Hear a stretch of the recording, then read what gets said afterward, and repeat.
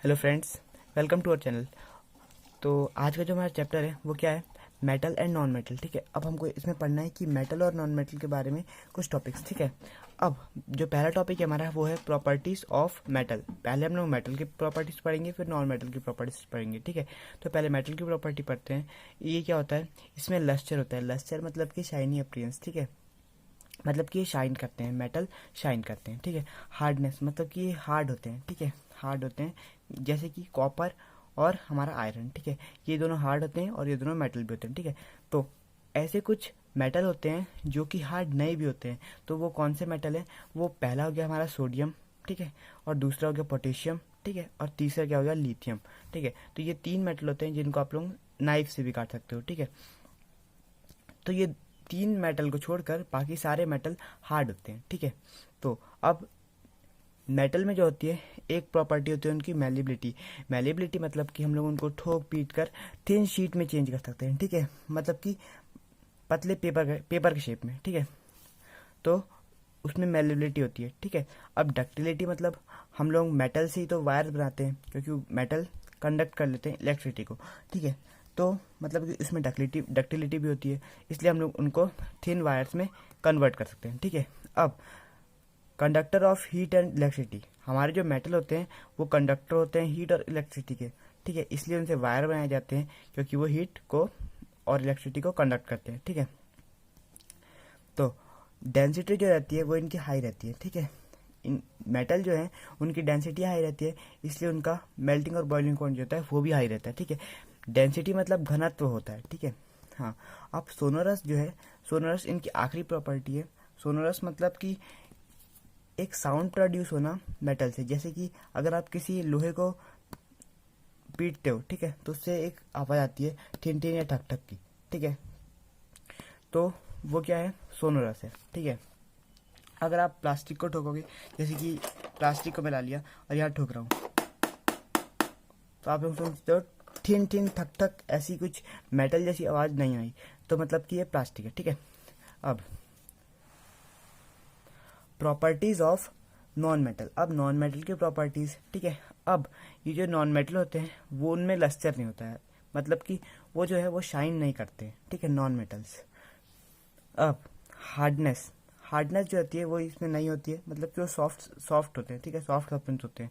हाँ, ठीक है, अब ये जो होते हैं वो नॉन मेलिएबल होते हैं, मतलब कि इसमें इनको अपन लोग ठोक पीट कर मेरे मतलब कि थिन शीट में चेंज नहीं कर सकते। ठीक है, और डक्टिलिटी का मतलब, नॉन डक्टिलिटी का मतलब कि हम लोग इनको ना ही वायर में चेंज कर सकते हैं, ना ही थिन शीट में चेंज कर सकते हैं। ठीक है, और ना ही ये कंडक्टर होते हैं हीट और इलेक्ट्रिसिटी के। ठीक है, अब लेस डेंसिटी, इनकी डेंसिटी भी लेस होती है, इसलिए इनका मेल्टिंग और बॉइलिंग पॉइंट भी लेस होता है। ठीक है, अब ये होते हैं उनमें सोनोरस भी नहीं होता। ठीक है, तो हमने प्रॉपर्टीज पढ़ ली मेटल की और नॉन मेटल की। ठीक है, अब नेक्स्ट टॉपिक पढ़ते हैं नेक्स्ट पेज पर। हाँ, तो हमारा नेक्स्ट टॉपिक क्या है? केमिकल प्रॉपर्टीज ऑफ मेटल, मतलब कि मेटल की केमिकल प्रॉपर्टीज के बारे में पढ़ेंगे। ठीक है, कुछ प्रॉपर्टीज के हम लोग एग्जांपल लेते हैं। अगर जैसे कि मेटल अगर वाटर के साथ, मतलब एयर के साथ रिएक्ट होगा, तब क्या होगा? ठीक है, एयर मतलब कि ऑक्सीजन। ठीक है, हम लोग एयर को ऑक्सीजन बोल सकते हैं। ठीक है, तो अगर मेटल एयर के साथ कंबाइन होता है तो क्या बनेगा? Metal oxide. ठीक है, मतलब कि यहाँ एयर की जगह हम लोग ऑक्सीजन भी लिख सकते हैं। लोग इसको ब्रैकेट में क्या लिख देते हैं? Oxygen, O2। ठीक है, तो देखो हम लोग O2 भी बोल सकते हैं इसको। अगर इन दोनों का रिएक्शन होता है, मतलब कि मेटल और ऑक्सीजन का अगर रिएक्शन होगा, तो क्या बनेगा वहाँ पे? Metal oxide. ठीक है, फॉर एग्जांपल हम लोग क्या लेते हैं? एक मेटल लेते हैं 2Cu, मतलब कॉपर। ठीक है, और ये हो गया हमारा O2 ऑक्सीजन। ठीक है, इन दोनों का जब रिएक्शन होगा तब यहाँ से मेटल ऑक्साइड बनेगा, मतलब कि मेटल ऑक्साइड मतलब CuO। ठीक है, 2Cu, ये बन गया हमारा मेटल ऑक्साइड। ठीक है, Cu हमारा मेटल है और O से ऑक्साइड। ठीक है, अब इतना तो हो गया क्लियर कि अगर मेटल मेटल के साथ अगर ऑक्सीजन रिएक्ट होगा तो क्या बनेगा? मेटल ऑक्साइड बनेगा। ठीक है, अब नेक्स्ट टॉपिक क्या है हमारा? हाँ, अब नेक्स्ट टॉपिक है different metals show different reactivity towards oxygen. मतलब कि हमारे जो अलग अलग मेटल है वो ऑक्सीजन की प्रेजेंस में आकर अलग अलग रिएक्टिविटी दिखाते हैं। ठीक है, जैसे कि अगर आपको अगर ठंडी अच्छी लगती है, तो ऐसा ज़रूरी नहीं है कि मुझे भी ठंडी अच्छी लगे। ठीक है, तो ये हम लोग अलग अलग रिएक्टिविटी दिखा रहे हैं, आपको अच्छा लग रहा है, मेरे को बुरा लग रहा है। ठीक है, तो वैसे ही रिएक्टिविटी अलग अलग मेटल कैसे दिखाते हैं, जैसे कि हमारा Na और पोटेशियम के बारे में कुछ पढ़ते हैं, ठीक है। Na and K react so worthlessly that they catch fire if kept in open place, so they are kept immersed in kerosene oil। मतलब कि ये जो है, ये अगर ओपन प्लेस में रखेंगे हम इनको तो ये बहुत जल्दी कैच कर लेते हैं फायर को, ठीक है, मतलब कि बहुत जल्दी जलने लगते हैं, इसलिए हम लोग इनको इमर्ज कर रखते हैं केरोसिन ऑयल में, ठीक है। तो ये जो है ये अपनी अलग ही रिएक्टिविटी दिखा रहा है कि ये अगर ऑक्सीजन के प्रेजेंस में आएगा तो ये क्या होगा, बर्न होने लगेगा, ठीक है। तो ये इसकी अलग रिएक्टिविटी है, ठीक है। अब इनके बारे में पढ़ते हैं, magnesium, aluminium, zinc and palladium, ठीक है। तो इनके बारे में पढ़ते हैं, क्या है, surface of MgAl, Z and Pb are covered with a thin layer of oxide which prevent them for further oxidation। मतलब कि ये जो होते हैं मैग्नीशियम, एल्यूमिनियम, जिंक और पैलेडियम, ये ऐसे मेटल हैं जो कि अगर ऑक्सीजन की प्रेजेंस में आते हैं तो उनमें एक लेयर चढ़ जाती है, थिन लेयर, ठीक है, जो कि उनको फर्दर ऑक्सीडाइजेशन से, मतलब कि आगे ऑक्सीडाइजेशन होने से रोक लेती है, ठीक है, मतलब कि वो प्रोटेक्ट करती है मेटल को, ठीक है। तो इतना हो गया क्लियर। ये एक थिन लेयर बना लेते हैं ऑक्साइड की, ठीक है। अब Fe does not burn on heating by iron filing burn virtuously but, ठीक है, सॉरी यहाँ पे गलत बोल दिया था मैंने। तो यहाँ क्या हो रहा है कि आयरन जो है अगर सॉलिड फॉर्म में है तो वो क्या जल्दी से बर्न हो जाएगा, नहीं होगा। क्यों नहीं होगा, क्योंकि उसकी हाई डेंसिटी है, ठीक है। अब लेकिन आयरन फिलिंग मतलब कि आयरन का जो पाउडर है उसको अगर हम बर्न करेंगे तो वो बहुत जल्दी बर्न हो जाएगा, मतलब कि ईजिली बर्न हो जाएगा, क्योंकि वो उसकी लेस डेंसिटी है अभी, ठीक है। तो ऐसे आयरन जो है वो आयरन फिलिंग जो है वो जल्दी से बर्न हो जाएगी, ठीक है। अब नेक्स्ट रिएक्टिविटी पढ़ते हैं नेक्स्ट पेज पर। हमारी नेक्स्ट रिएक्टिविटी क्या है, AU और AG जो है वो रिएक्ट ही नहीं होते हैं ऑक्सीजन से, मतलब कि AU and AG does not react with oxygen, ये इनकी अलग रिएक्टिविटी है, ठीक है। ऐसे कुछ अलग अलग रिएक्टिविटी दिखाते हैं, उनके बारे में हमको पढ़ना था और हमने पढ़ लिया, ठीक है। अब हमारा जो नेक्स्ट टॉपिक है वो क्या है, एम्फोथेरिक ऑक्साइड। अब एम्फोथेरिक ऑक्साइड क्या होता है मैं बता रहा हूँ, ठीक है। एम्फोथेरिक ऑक्साइड में क्या होता है कि मेटल ऑक्साइड एसिड या फिर बेस के साथ रिएक्ट होके सॉल्ट और H2O मतलब कि वाटर बनाए तो उसको बोलेंगे एम्फोथेरिक ऑक्साइड, ठीक है। मतलब कि उसी को यहाँ पे लिखा हुआ है, पढ़ लेते हैं हम लोग, ठीक है। Metal oxide which react with base and acid as well as base to produce salt and water called amphoteric oxide. मतलब कि यहाँ पे क्या हो रहा है कि मेटल ऑक्साइड एसिड या फिर बेस के साथ रिएक्ट हो गया, सॉल्ट या फिर H2O बना रहा है, ठीक है। इतना हो गया क्लियर, इसको बोलेंगे एम्फोथेरिक ऑक्साइड। अब नेक्स्ट जो रिएक्टिविटी है वो क्या है उसके बारे में पढ़ते हैं, ठीक है। Reaction of metal with water, अगर रिएक्शन होगी मेटल की वाटर के साथ तो क्या होगा, ठीक है। अगर मेटल वाटर के साथ रिएक्ट होगा तो अगर मेटल अगर हाई रिएक्टिव है तो क्या बनाएगा, वो हाइड्रोक्साइड बनाएगा, ठीक है। अगर लेस रिएक्टिव है तो ऑक्साइड बनाएगा, ठीक है। तो अगर ज़्यादा रिएक्टिव है तो क्या बनाएगा, मेटल ऑक्साइड। अगर कम रिएक्टिव है तो मेटल ऑक्साइड बनाएगा, और अगर ज़्यादा रिएक्टिव है तो मेटल हाइड्रोक्साइड बनाएगा, ठीक है, प्लस हाइड्रोजन बनाएगा, ठीक है। तो ये इनका एक एग्जांपल ले लेते हैं। हमारा मेटल 2Na मतलब सोडियम, ठीक है, और हमारा वाटर 2H2O, ठीक है। अब इन दोनों की जब रिएक्शन होगी तब ये क्या बना रहा है, हाइड्रोक्साइड बना रहा है, ठीक है, 2NaOH, ठीक है, प्लस H2O। अब बताओ कि हमारा जो सोडियम है वो हाई रिएक्टिव है या फिर लेस रिएक्टिव है, कमेंट सेक्शन पे कमेंट करना, ठीक। तो हमारा नेक्स्ट टॉपिक क्या है, reaction of metal with solution of other metal salt. अगर यहाँ पे क्या हो रहा है कि एक मेटल जो है वो दूसरे मेटल सॉल्ट के साथ रिएक्शन हो रहा है तो वहाँ पे क्या होगा, वहाँ पे होगी डिस्प्लेसमेंट रिएक्शन। डिस्प्लेसमेंट रिएक्शन हम लोग ने पिछले चैप्टर में पढ़ चुके हैं, ठीक है। तो जिसने पिछले चैप्टर नहीं पढ़ा है वो जाके पढ़ लो, ठीक है। तो यहाँ देखते हैं जो मेटल ए है वो मेटल बी को रिप्लेस कर देगा, ठीक है, हटा देगा वहाँ से, और जो मेटल बी है वो मेटल ए की जगह हम जाके बैठ जाएगा। तो देखो यहाँ पे हुआ डिस्प्लेसमेंट रिएक्शन, क्योंकि मेटल ए ने मेटल बी को रिप्लेस कर दिया, ठीक है।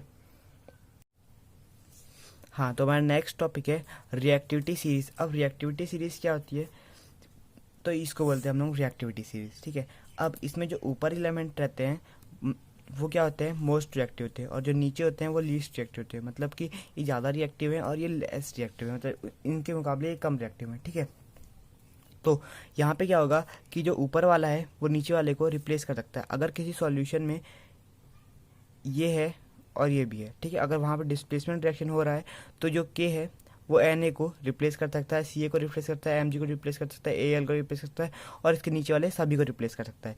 लेकिन पोटेशियम को जो है वो कोई रिप्लेस नहीं कर सकता, क्योंकि पोटेशियम के ऊपर कोई भी नहीं है, ठीक है। मतलब कि ऊपर वाला जो एलिमेंट है वो नीचे वाले एलिमेंट्स को रिप्लेस कर सकता है, ठीक है। तो अभी रिएक्टिविटी चीज़ के बारे में इतना ही पढ़ेंगे, ठीक है। हाँ, तो reaction of metal with non metal, अगर मेटल के साथ नॉन मेटल का अगर रिएक्शन कराएंगे हम लोग तो क्या होगा, यहाँ पे क्या होगा कि जो दोनों मेटल है, जो मेटल और नॉन मेटल है, वो ट्राई करेंगे कि अपना ऑक्टेट पूरा करने का, ठीक है। अब ऑक्टेट पूरा करने के लिए इनको क्या करना पड़ेगा कि या तो इलेक्ट्रॉन लेने पड़ेंगे या फिर इलेक्ट्रॉन लेने पड़ेंगे, ठीक है।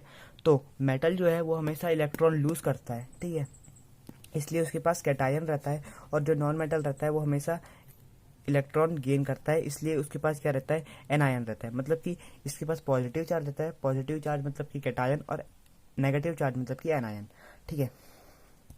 अब जो हमारा नेक्स्ट टॉपिक है वो क्या है, compound formed by the transfer of electrons from metal and non metal are called ionic compound or electrovalent compound. यहाँ पे क्या हो रहा है कि मेटल और नॉन मेटल जो है एक दूसरे से इलेक्ट्रॉन ले रहे हैं और दे रहे हैं, तो इसको क्या बोलेंगे, आयनिक कंपाउंड। यहाँ पे आयनिक कंपाउंड बन रहा है, ठीक है। जैसे कि हम लोग फॉर एग्जांपल ले लेते हैं NaCl, मतलब कि हमारा कॉमन सॉल्ट, ठीक है। इसमें क्या होता है कि Na जो है वो हमारा मेटल है, और जो हमारा Cl है मतलब कि क्लोरीन है वो क्या है, हमारा नॉन मेटल है, ठीक है। अब मेटल जो है वो अपना एक इलेक्ट्रॉन लूज कर रहा है, क्योंकि इसके पास एक एक्स्ट्रा इलेक्ट्रॉन है, अगर ये लूज कर देगा तो इसका ऑक्टेट पूरा हो जाएगा, ठीक है। और इसके पास एक ही इलेक्ट्रॉन कम है अपना ऑक्टेट पूरा करने के लिए, तो ये जो है वो अपना एक इलेक्ट्रॉन इसको दे देगा, और इसका भी ऑक्टेट पूरा हो जाएगा और इसका भी ऑक्टेट पूरा हो जाएगा, ठीक है। तो इसी को क्या बोलेंगे, आयनिक कंपाउंड बोलेंगे। तो इतना क्लियर है, ठीक है। अब आयनिक कंपाउंड के बारे में कुछ और चीज़ें पढ़ते हैं, उनका फिजिकल नेचर, ठीक है, उनके melting and boiling point, solubility, और नेक्स्ट पेज पे पढ़ेंगे कंडक्टिविटी ऑफ आयनिक कंपाउंड, ठीक है। तो पढ़ते हैं जल्दी से। फिजिकल नेचर, फिजिकल नेचर इनका कैसा होता है, they are solid and hard. ये सॉलिड भी होता है और हार्ड भी होता है, लेकिन ये जनरली ब्रिटल, मतलब कि ईजिली टूट जाता है, ठीक है। हम लोग मान लेते हैं ये जो पेन है वो क्या है, एक आयनिक कंपाउंड है, ठीक है। अब ये आयनिक कंपाउंड से क्या होगा कि हम लोग जो है ये हार्ड भी है, ठीक है, सॉलिड भी है, ठीक है, लेकिन जब हम लोग इसको तोड़ेंगे तो ये इजीली टूट जाएगा, ठीक है, इजीली टूट जाएगा अगर ये आयनिक कंपाउंड होगा तो, ठीक है। अगर आयनिक कंपाउंड नहीं है तो ये इजीली नहीं टूटेगा, ठीक है। वैसे ही अब हमारा नेक्स्ट टॉपिक क्या है, मेल्टिंग एंड बॉइलिंग पॉइंट। अब मेल्टिंग और बॉइलिंग पॉइंट जो रहता है वो आयनिक कंपाउंड का हाई रहता है, ठीक है। तो इतना क्लियर है। अब सॉल्युबिलिटी, मतलब कि सॉल्युबल होता है कि नहीं, ठीक है। तो ये जो होता है वो वाटर में सॉल्युबल होता है, लेकिन किस में सॉल्युबल नहीं होता है, kerosene and petrol etcetera oils में, ठीक है। मतलब कि ऑयल्स में जो है वो सॉल्युबल नहीं होगा। हाँ, तो हमारा नेक्स्ट टॉपिक क्या है, कंडक्शन ऑफ इलेक्ट्रिसिटी, ठीक है। अब ये प्रॉपर्टी आयनिक कंपाउंड की हमारी चौथी प्रॉपर्टी, ठीक है। तो ये जो है वो इलेक्ट्रिसिटी कंडक्ट करता है, लेकिन किस किस स्टेट में करता है वो देखते हैं पहले। They conduct electricity in मॉल्टन state and solution form, मतलब कि ये जो है वो इलेक्ट्रिसिटी को मॉल्टन स्टेट में, मतलब कि पिघली हुई अवस्था में, और सॉल्यूशन के फॉर्म में, ठीक है, कंडक्ट करेगा इलेक्ट्रिसिटी को, ठीक है। और किस में नहीं करता है, but not in solid state, मतलब कि सॉलिड स्टेट में आने के बाद इलेक्ट्रिसिटी को कंडक्ट नहीं करता है, ठीक है। अब अक्यूरेंस ऑफ मेटल, मतलब कि मेटल की हमको किस किस फॉर्म में मिलता है वो पढ़ना है, ठीक है। अब मेटल हमको किस किस फॉर्म में मिलता है, मिनरल्स, ओर एंड गैंग। हम गैंग जो है वो एक वेस्ट मटेरियल होता है, मतलब कि जो हमारी रेत, मिट्टी, कंकड़ वगैरह वगैरह रहते हैं वो हमारे क्या है, गैंग है, ठीक है। तो गैंग के बारे में सबसे पहले पढ़ लेते हैं। Ore are usually contaminated with a large amount of impurities such as soil and etcetera are called gangue. मतलब कि जो सॉइल, सैंड और एक्सेट्रा चीज़ें रहती है, मतलब वेस्ट मटेरियल्स, उसको हम लोग बोलेंगे गैंग, ठीक है। अब और के बारे में पढ़ते हैं। और क्या होता है, और they are contaminated very high percentage of a particular metal and the metal can be profitably extracted from it such material are called ore, मतलब कि और मतलब वो मटेरियल जो कि गैंग के साथ में होता है, मतलब गैंग ये जो है वो प्रॉफिटेबली, मतलब कि हम लोग इसको मिनरल बोल सकते हैं कि कोई मेटल है ये, ठीक है। और मिनरल किसको बोलेंगे, पहले मिनरल पढ़ लेते हैं। मिनरल उसको बोलेंगे जो कि हमको डायरेक्टली नेचर से मिले, ठीक है, मतलब कि अर्थ क्रस्ट से मिले। द एलिमेंट और compound which occurs naturally in the earth crust are called mineral, ठीक है। तो यहाँ पे क्या बोल रहा है कि जो हमको नेचुरली प्रोवाइड हो उसको हम लोग मिनरल बोलते हैं, और जो है वो इसके साथ कंटेमिनेटेड रहता है, मतलब कि गैंग जो है वो और में लगा हुआ होता है। जैसे कि हम लोग जब खुदाई करते हैं तब वहाँ से हमको और भी मिलता है और गैंग भी मिलता है, ठीक है। तो मिट्टी है, मिट्टी सैंड ऑयल वगैरह, तो ये हमारा गैंग हो गया, और जो उसके साथ में मिलता है हमको मिनरल उसको बोलेंगे और, ठीक है। तो अब नेक्स्ट टॉपिक पे हम लोग और टॉपिक पढ़ते हैं। हाँ, तो हमारा नेक्स्ट टॉपिक क्या है, एक्सक्रेशन ऑफ मेटल फ्रॉम ओर। अब एक्सक्रेशन कैसे होता है मेटल का ओर से, ठीक है। तो कैसे होता है, इसके लिए हमको 3 प्रोसेसेस के सामने से गुजरना पड़ता है, ठीक है। पहले हुई क्या, एनरिचमेंट ऑफ ओर, ठीक है। दूसरी क्या हो गई, एक्सक्रेशन ऑफ मेटल, ठीक है। एंड तीसरी क्या हो गई, refining of metal. Enrichment of metal में हमको पहले ओर को अलग करना पड़ता है और गैंग को अलग रखना पड़ता है, ठीक है। उसके बाद एक्सक्रेशन ऑफ मेटल में क्या होता है कि हमको फिर ओर से मेटल निकालना पड़ता है, ठीक है। और रिफाइनिंग ऑफ मेटल मतलब कि मेटल को हम लोग साफ कर लेते हैं, ठीक है, रिफाइनिंग होती है उसकी, ठीक है। तो इतना हमको क्लियर है। अब नेक्स्ट टॉपिक पढ़ते हैं, नेक्स्ट पेज पर। अब क्या है हमारा next topic, extracting metal middle in the reactivity series. अब रिएक्टिविटी सीरीज हमने पीछे देखे थे, उसमें जो मेटल मिडिल में प्रेजेंट होते हैं उसको हम लोग कैसे एक्सट्रैक्ट करते हैं, ठीक है। तो कैसे करते हैं एक्सट्रैक्ट, वो देखते हैं पहले। These metal usually present as a sulphide or carbonate. ये जो मेटल होते हैं वो सल्फाइड की फॉर्म में होंगे या फिर कार्बोनेट की फॉर्म में होते हैं, ठीक है। ये जनरली प्रेजेंट होते हैं, ठीक है, मतलब कि हमेशा ये कैसे प्रेजेंट होंगे, सल्फाइड और कार्बोनेट में। ये याद रखना आपको, ठीक है, जो कि जो मिडिल एलिमेंट, जो मिडिल मेटल होते हैं, ठीक है। अब it is easier to obtain from their oxide. अब हमको इनको ईजिली एक्सट्रैक्ट कर सकते हैं इनके ऑक्साइड से। अगर ये ऑक्साइड में चेंज हो तो हम लोग इनको ईजिली एक्सट्रैक्ट कर सकते हैं, ठीक है। अब इनको ऑक्साइड में चेंज करने के लिए हमको कुछ प्रोसेसेस करनी पड़ती है, ठीक है। अब उनके बारे में समझते हैं। अगर हम लोग सल्फाइड से ऑक्साइड में चेंज करेंगे या फिर कार्बोनेट से ऑक्साइड में चेंज करेंगे तो उन प्रोसेस को क्या बोलते हैं, पहली प्रोसेस, मतलब कि अगर सल्फाइड से ऑक्साइड में चेंज कर रहे हैं तो उसको रोस्टिंग बोलेंगे, और अगर कार्बोनेट से ऑक्साइड में चेंज कर रहे हैं तो उसको कैल्सिनेशन बोलेंगे। पहले रोस्टिंग के बारे में समझते हैं। The sulphide ore are converted to the metal oxide by heating strongly in presence of oxygen. मतलब कि इसको हम लोग किस टाइप चेंज कर सकते हैं, अगर हमको सल्फाइड से ऑक्साइड में चेंज करना है तो हमको इसको स्ट्रॉन्ग हीटिंग देनी पड़ेगी, किसके प्रेजेंस पे, ऑक्सीजन के प्रेजेंस पे, ठीक है। तो इतना समझ के रोस्टिंग में क्या होता है। अब कैल्सिनेशन पे क्या होता है वो समझते हैं पहले। The carbonate are change into oxide by heating strongly in absence or limited oxygen. मतलब कि यहाँ पे या तो ऑक्सीजन जो हो वो हो ही ना, या फिर लिमिटेड ऑक्सीजन हो, ठीक है। मतलब एक सीमित मात्रा में ऑक्सीजन होगी और वहाँ हीट होगी, तो वहाँ से हमारा जो कार्बोनेट है वो ऑक्साइड में चेंज हो जाएगा, उसको बोलेंगे हम लोग कैल्सिनेशन, ठीक है। अब reduction of metal oxide to metal. अब मेटल ऑक्साइड से मेटल का रिडक्शन, ठीक है, मतलब कि वहाँ से अगर मेटल ऑक्साइड से मेटल बन जाता है तो उसको हम लोग क्या बोलेंगे, तो वहाँ पे रिडक्शन हो रहा है, किसका हो रहा है, ऑक्सीजन का। रिडक्शन कैसे हो रहा है, तो रिडक्शन में क्या होता है कि हमारा जो ऑक्सीजन है वो हट जाता है, मतलब कि उसका रिमूवल हो जाता है, या फिर हाइड्रोजन जो है उसका एडिशन हो जाता है, ठीक है। हम लोग ने इसको पिछले चैप्टर में पढ़ चुके हैं, इसमें फिर से बोल रहा हूँ कि आप लोग जाओ और पिछले चैप्टर पढ़ लो पहले, अगर नहीं पढ़े हो तो, और पढ़ लियो तो वेरी गुड, ठीक है। तो रिडक्शन समझ लिया हम लोगों ने, ठीक है। अब कुछ रिड्यूसिंग एजेंट होते हैं, ठीक है, उनको पढ़ लेते हैं। रिड्यूसिंग एजेंट हमारे 3 होते हैं, ठीक है, कार्बन मोनोऑक्साइड और हाइड्रोजन, ठीक है। ये हमारे 3 रिड्यूसिंग एजेंट है। अब हमने इसके पहले जो थे मिडिल वाले मेटल को एक्सट्रैक्ट किए थे, ठीक है। अब हमको क्या करना है, लो मतलब कि जो सबसे नीचे होते हैं लो रिएक्टिव मेटल्स, उनको क्या करना है, एक्सट्रैक्ट करना है, ठीक है। अब कैसे एक्सट्रैक्ट करेंगे, ये जो मेटल होते हैं वो नॉन रिएक्टिव होते हैं, मतलब कि ना के बराबर रिएक्टिव होते हैं, ठीक है। The oxide of these metal can be reduce by heating. अब इनका जो ऑक्साइड हमको अगर मिल जाता है तो ये हमको ईजिली मतलब एक्सट्रैक्ट हो जाएंगे बाय हीटिंग से, ठीक है। हीटिंग से। जैसे कि हम लोग फॉर एग्जांपल ले लेते हैं सिनाबार। सिनाबार मतलब HGS, ठीक है। अब हमको इसमें से HG निकालना है, ठीक है।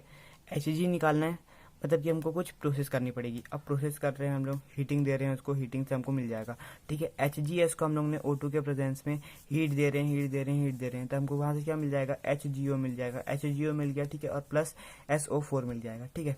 अब ये मिल गया हमको। अब SO4 को तो हटाए साइड में, ठीक है। अब इसको लेके आए इधर।